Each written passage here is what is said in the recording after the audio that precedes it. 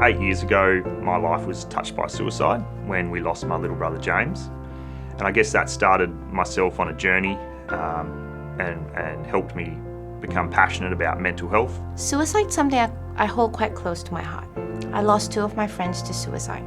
I came to want to be a volunteer at Lifeline because I'm a survivor of suicide. I realised that I wanted to volunteer at Lifeline because I was feeling a real disconnect between the good I could do and finding meaningful work. Through my research and interest in this, subject, I came across Lifeline and came along to an information session. The information sessions that are run by Lifeline Adelaide is a wonderful opportunity for you to come and speak to people who've lived the Lifeline experience.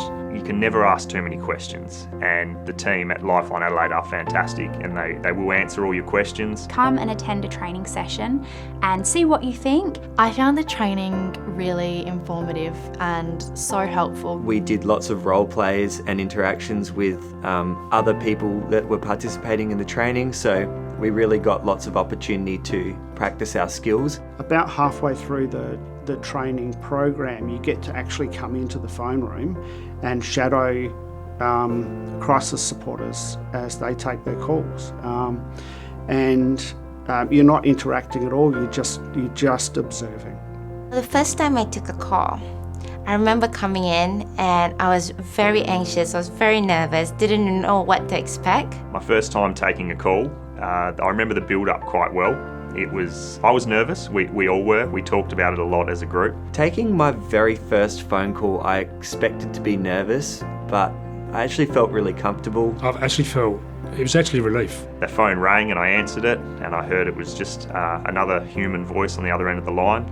It felt natural, and I was able to talk with them and make a connection. When you realize it's just another person on the other end of the call, you realize that it's not that difficult after all. It's all about what's happening for them. It's not about us trying to solve any problems. It's just listening. Through the training, we really learnt that listening and just being there in the moment without trying to solve their problems or give our own advice is the most important skill that we have.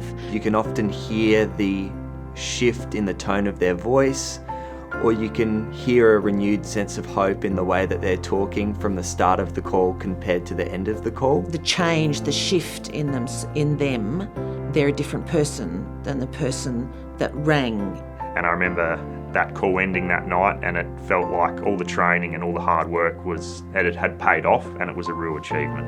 And I think because the training's so comprehensive, I just felt ready. I trusted that my skills were going to take me through the call, and I felt really satisfied at the end of my first call. When you come to the end of the phone call and someone says that they've got a safe plan in play, that they know how to keep themselves safe, it's a great feeling. It's a great feeling to know that you've made that little change in their life. It is the most rewarding job.